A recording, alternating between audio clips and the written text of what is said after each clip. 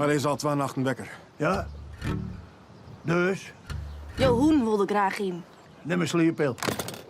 Hoe vind je het om mee te werken aan de film? Ja, fantastisch. Hele leuke dagen aan de hand. Je leert zoveel over hoe maken een film en hoe gaat het teamwork erin. Het was voor mij de eerste keer op zo'n grote productie en ik vond het echt geweldig.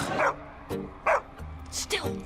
Ja, hij moet eerst wel stil wezen voordat er een belening krijgt. Ga je tussen hoen aan. Wat wie die rol in de film? Nou, ik wie een runner, dat is dan op de locatie en dan moet je film brengen naar de set als ze dat nodig hebben. Bijvoorbeeld drinken of paracetamol of zo. Ik heb geholpen met de productie en ik heb tijdens de film ook de holding verzorgd. Een vrouw moet dan zelfs redden, vies net?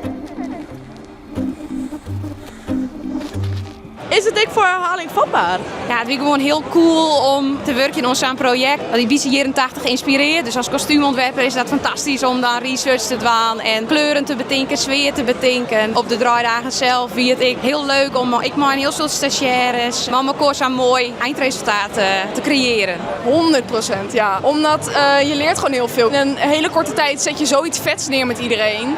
Dat voelt zo euforisch als je dat erop hebt staan. Wat voelt je er nou van? Heel erg leuk. Ik speel heel graag in het Fries. Vond het personage heel erg leuk.